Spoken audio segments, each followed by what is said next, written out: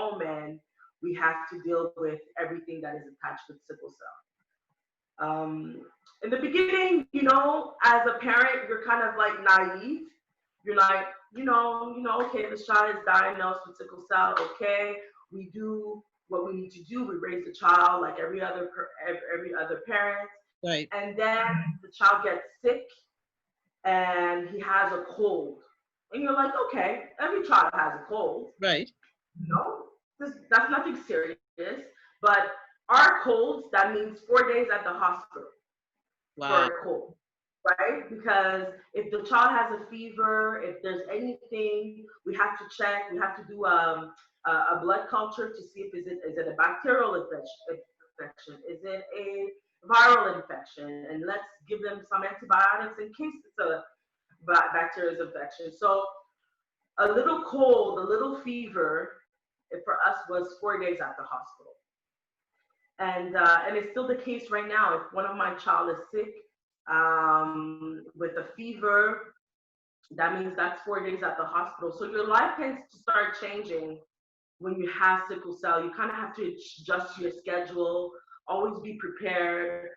It's so funny because the thing that is so minuscule for somebody, for us, our car always has to have gas. Always have to have gas in our car, because it could be any moment in the middle of the night this child has a crisis and you have to drive a little bit faster on the highway to get to the hospital. You don't have time, just a little bit faster.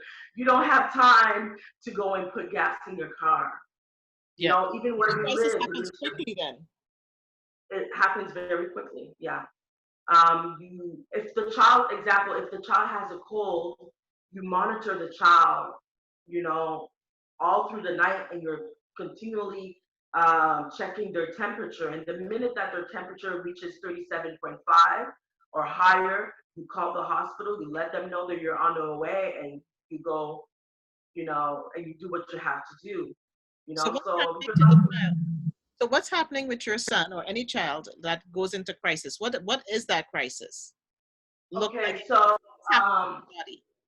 Because I heard his pain. Yeah. Exactly.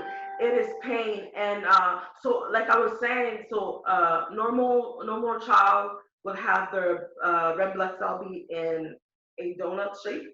Right. But with sickle cell, it's a sickle shape, so it's a half moon shape. What happens in the body is that the red blood cells tend to kind of stick together and causes pain in different parts of the body. Okay.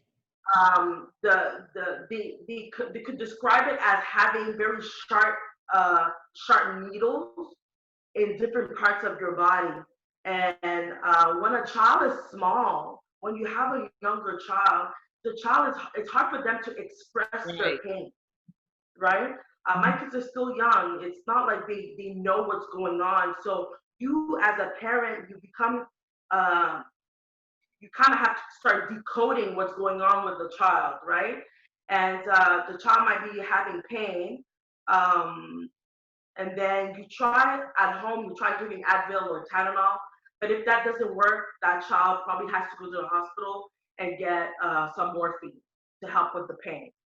The other thing that sickle cell does is that your hemoglobin could drop down very quickly, which that means you would require to have a blood transfusion. Wow. Okay, I'm going to pause a quick second. If anybody has questions, any comments, feel free to drop it in the feed. Hopefully I'll see it. And if I don't see it now, we will definitely try our best to answer it. So when you get to the hospital, because one of the things I understand is that unfortunately, many medical practitioners, whether they're nurses or doctors, still don't understand sickle cell and what it is, and there can be misdiagnoses that happen at the hospitals, and depending on the age group of the person going on. So what are the challenges when you have to go into the hospital that you have to face, that especially this is a disease, I understand, that affects only a particular race or races? I think it's the Black community as well as I know the Hispanic community in some, yes.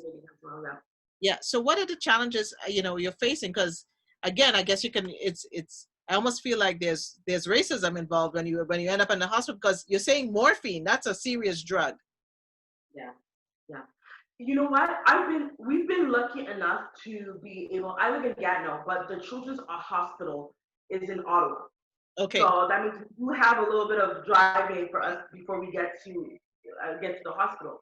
The good thing about CHEO is one of the leading hospital when it comes to sickle cell in Canada. We have CHEO, we have Saint Justin in Montreal, and we have the Children's Hospital in Toronto, who are very familiar with the sickle cell disease.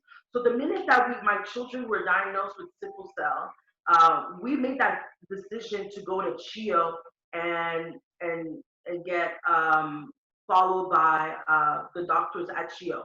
Right. So it wasn't so bad. It's when it becomes challenging, it's in Quebec, where we live, especially in Gatineau. They don't know what sickle cell is. So there was an incident where Micah had it was actually his first sickle cell crisis, and he was in pain. Like, we didn't even have time to drive to CHEO. That's how much pain he was. And we had to call the ambulance. And the ambulance comes, takes Micah into the ambulance, and we're trying to explain to them what sickle cell is. And they're looking at us like, what are you talking about? What is this? Oh right? And we get to the hospital, we have the nurse, we have the doctors, and they have no clue what sickle cell disease is whatsoever. And they're taking, when you go to CHEO, by example, you get to CHEO, they bring you to, you don't even wait in the waiting room. Right. You go there and you're like sickle cell patient with crisis, they bring you to the room right away. Your blood is drawn in the next 10 minutes and you see the doctor in less than 20 minutes. That's how fast it is in CHEO. But in Quebec, Michael was at the hospital and the waiting room for almost 2 hours with pain. Oh my goodness. Yes, us trying to explain to the doctors the disease. So now we end up having to explain what is sickle cell, what's going on with the child, and this is the treatment that the child should have. But because it was his first crisis, ourselves, we were kind of like, what do we do in that case? Right. Right? So after a long period of time, they end up giving him some morphine and returning him home with us. And the next day we went to CHEO. But just the matter of them not knowing what sickle cell was, and for us to be able to being in a position where we had to kind of explain what sickle cell was. And at that time, it was his first sickle cell crisis. So we're still kind of nervous. We're not sure what we're doing, and it was quite special. I am more worried when he gets older, when my kids get older. Right. That's when you're with the parent, it's you can explain about sickle cell and they could give you morphine. But when you're an adult, and we hear that a lot in different sickle cell communities, is once the child is no longer with their parents and they have to go to a regular hospital and explain that they have pain and that they need morphine, that's when the discrimination kind of comes in, because automatically they're going to think that you might be a drug user or you are addicted to painkillers. But they don't understand that the pain that you're facing, that crisis, is extremely dangerous and it's extremely painful. So I hear that it's mostly the adults, young adults, those teenagers going to the doctors that are having a hard time with different hospital, and there's discrimination and racism in that part. Yeah. I remember, because I have a couple friends with sickle cell, and I remember that's being one of the biggest challenges that they have, and not getting treatment in time. And if they don't get treated in time, there's another crisis that happens. Have they yet? And I know there was talk about once upon a time about like getting like a bracelet. Like how they have a bracelet, like if you have diabetes and stuff. Is there like something now that anyone with sickle cell can actually wear and say, so when they go to the hospital, they know? Right now, we don't. I think one of the things that the Sickle Cell Association of Canada is working on is probably getting a bracelet or something that would identify us as a sickle cell patient that would be recognized nationally. Right. The thing is that we do have um, a group of an apparel company for sickle cell who've created bracelets Right. with but it's not recognized nationally. But that's something that for sure they're working on to see if I it can feel like kind we of. have a campaign here, Naomi. I feel like I feel a stirring, Naomi. I feel a stirring. I feel a stirring. But you know what? This is what is what's crazy is that sickle cell is still a disease that a lot of people don't know about, Right. but it's affecting a lot of our people in our community, and we don't hear a lot about it. And there's a lot of um, we're just at the peak Hmm. of promoting and advocating for sickle cell. There's a lot of work to do when it comes to sickle cell and advocating and making sure that every that is recognized throughout our country, and that people can start learning more about sickle cell because there's a lot of work to do. And I mean, when I think about it, and when I think about that, it is a disease that really affects Black people and Hispanic people. Um, it shows that we don't have the boots on the ground or the people behind us to bring it forward. So I think maybe in this season might hopefully it brings some more voices and more urgency to the situation. And maybe we need to see what else. You let us know what else we can do. So now there's Yeah. Micah, who was your oldest son, but now you have two other children. And come on, you got to tell the whole story now, because I know it's Yes. not just one of your children that have sickle cell. Yes. So my oldest has sickle cell. My middle child does not have sickle cell, doesn't have the trait. And then we get pregnant with our third child. But now we know what sickle cell is. Right. We know what to expect. So we're praying. We're like, God, you know what to do. You know, let's have sickle cell skip this child as well. And hold and behold, we go to the hospital. This child is diagnosed with sickle cell disease. So having one child with sickle cell is already challenging. Having two children with sickle Wow. cell is it's a different ball game. It's a different ball game. Um, so when my oldest would get sick, both of us was able to go to the hospital and give each other support. Now when one person when one child is sick, I have to stay with the children, and my husband goes to the hospital, or vice versa. There was a time in 2017, which this year that 2017 was a crazy year for us. We had two children sick at the same time. Oh my So goodness. my oldest catches a virus. He gets sick, spends 4 days at the hospital, gets home, and my youngest gets catches that virus, and he goes to the hospital and stays 4 days at the hospital. So that particular season in our lives, we were just like, what is going on? How are we going to deal with everything that goes on with sickle cell? But we have a good support system. First of all, it's really important that your communication with your spouse has to Right. be at a high level. Right. Thank God that I was able to be married with a man that is very hands-on Hmm. with the kids, very hands-on. I I always say to him, I'm very happy. Like if something happens to me, I know the kids will be taken care of because he's very hands-on with Such a the kids. blessing. He takes care of the kids. He knows we are in this together. Yeah. And also we have a great support system. We have my mom and we have my brother in our city, in the city, that is helping us as well. But um, the youngest one, when he was born as well, was very small. Um, my kids, I tell them, I don't tell them, but my kids are very fragile physically. They're very small in stature Yeah. because of the sickle cell. So still having two kids with sickle cell sometimes can be very challenging. But we've learned to create kind of like a system at home where it kind of flows well. Um, and both of my kids, my oldest had to have surgery he had surgery in 2018, and then my youngest had surgery in 2019. Okay, wait a second. Surge. So you're telling me now with, so this is, I think this is something I didn't know about sickle cell. So there's a complication that can cause them to have surgery. Was it because of the sickle cell? Yes, most definitely. So because you're not producing enough healthy red blood cells, Okay. it will affect some of your smaller organs that you kind of live without. Uh, your spleen, your gallbladder. So the first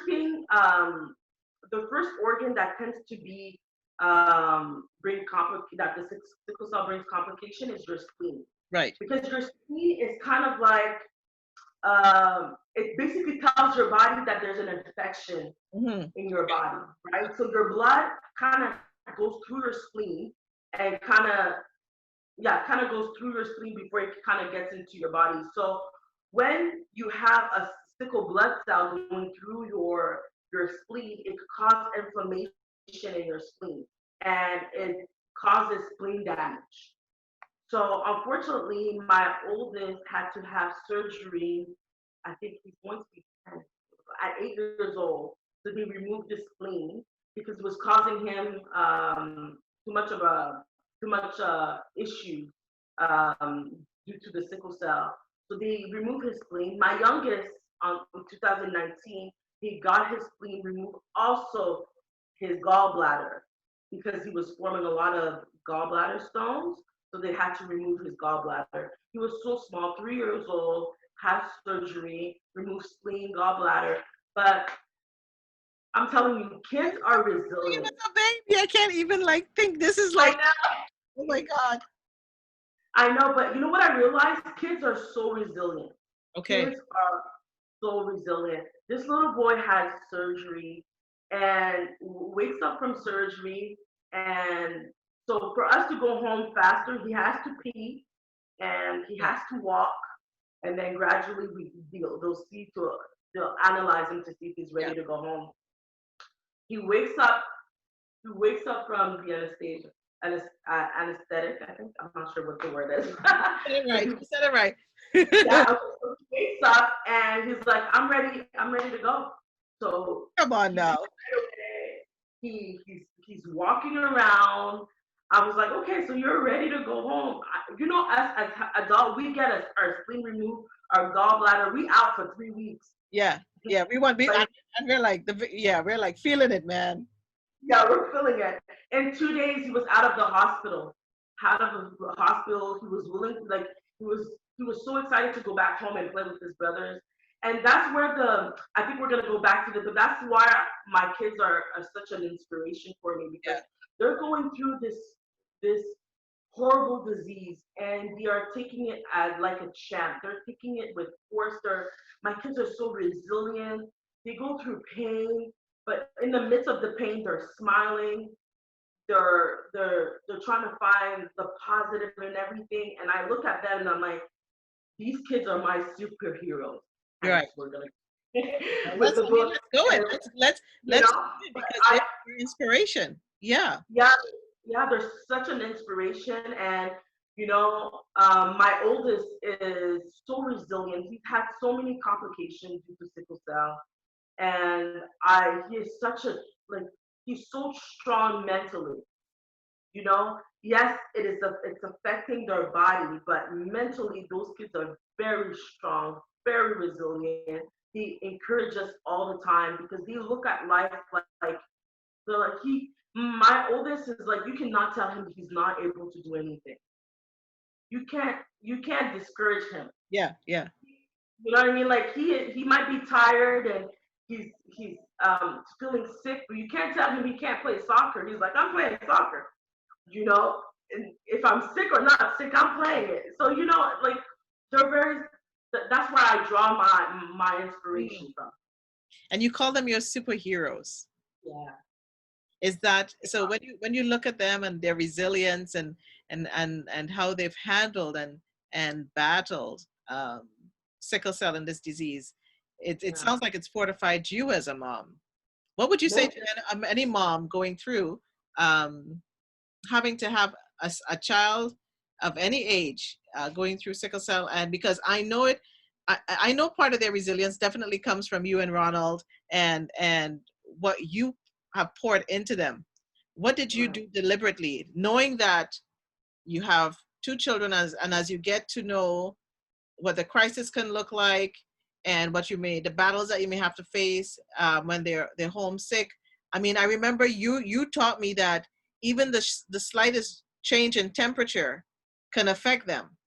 Yeah. Getting wet in the rain, and that temperature, the temperature of the water going from cold to hot too quickly, that could also have an effect. So, Yeah. it's you as a mom, you're always on. You as a dad, you're always on point, and you're always on, like, you sounds like you're always on alert. So how do you build your own resilience? What do you say to another parent who is dealing with a young one with sickle cell? The first thing I would say is that it's okay for you not to have everything together. Mm, Because especially as mothers, we want everything to be perfect. We put so much pressure. Forget a child with sickle cell. Forget if you have a child who is sick. Just as mothers, we put a lot of pressure on ourselves to be a perfect mother, to have perfect children, to have a perfect home, a perfect clean house, a perfect everything, right? I would say to that parent who has children with sickle cell or any disease, is that it's okay not to have everything together. right. You know, you first of all you have to remove uh, some of the pressures of life, so you can be able to. If I'm carrying um, too much, I won't be able to carry my children, Right. right? So I have to That's make good. sure that I find an avenue where I could release my frustration, release my sadness, because as a parent with sickle cell or any parent with children who are sick, you face a lot of you have different emotions. You could go from frustrated, angry, to saying why us, Lord, to being sad for our children, for feeling pity, and it's okay to have those emotions Mhm. as long as you release them, right? And for me, it's all about faith. In Right. our house, the minute where sickle cell is creeping its head, we have worship in our home. Wow. My husband is very, very Ronald is very, very how can I say? Um, the minute that he sees that sickness is about to happen where the kids are not feeling well, he'll put some worship on the house. We'll go into full fighting mode. Yeah. Full Yeah. fighting mode spiritually first, so Yeah. we could deal with the physical later. And I think that sense of we're not putting worship as a means just be worshiping, but it's a matter of us relieving all of that sadness. Because Yeah. when you see a child that's sick, that's in pain, or that's not itself, or not playing, you start feeling sadness. And the reason why we change the atmosphere, so we kind of remove that sadness, so we can deal with the situation And and not yourselves. Yeah. feel. Exactly, because kids could feed to your energy. If Yeah. I'm sad Yes. about their situation, Yeah. they'll be sad, right? If they won't be able to heal as fast because they're in their sadness, right? So it's Right. important for us to create an atmosphere where we're doing that exchange with God. Where God, I'm giving you Yes. all of this situation that we're dealing in, and give us your peace, give us your strength and your wisdom for us to deal with that crisis. But I'm not saying that we're good at it all the time. There's sometimes we're like, well, I don't want to hear no worship now. Come on now. Let's You know keep it. what I mean? Like, Let's keep it. we're humans. Yeah. It's But yeah. yeah. So now the kids being your superheroes, and inspired you to do what next? I heard about this book. Yes. The book. My The e-copy. Battle of I got my Yes. Kindle copy. Yes. The Battle of Ottogatz. One of the things that we deal with as parents of sickle cell children is the fact that life can become very unpredictable, right? when you have to spend 4 days at the hospital, if you have to take some days off, you know, it's we had to start thinking of a way where we could leave kind of like a legacy to our children. You Okay. know, you know, because you never know. I remember there was a time at work where I was still not fully permanent at work, and my kids were getting sick very often, and it started to affect my livelihood, right? My salary started to affect a lot of the stuff, and that's another thing that parents with sickle cell children is that if you don't have a good employment, it will affect your employment. If you have to go to the doctors and have doctor's appointment and you have to take sick days and family days, it will affect eventually your income.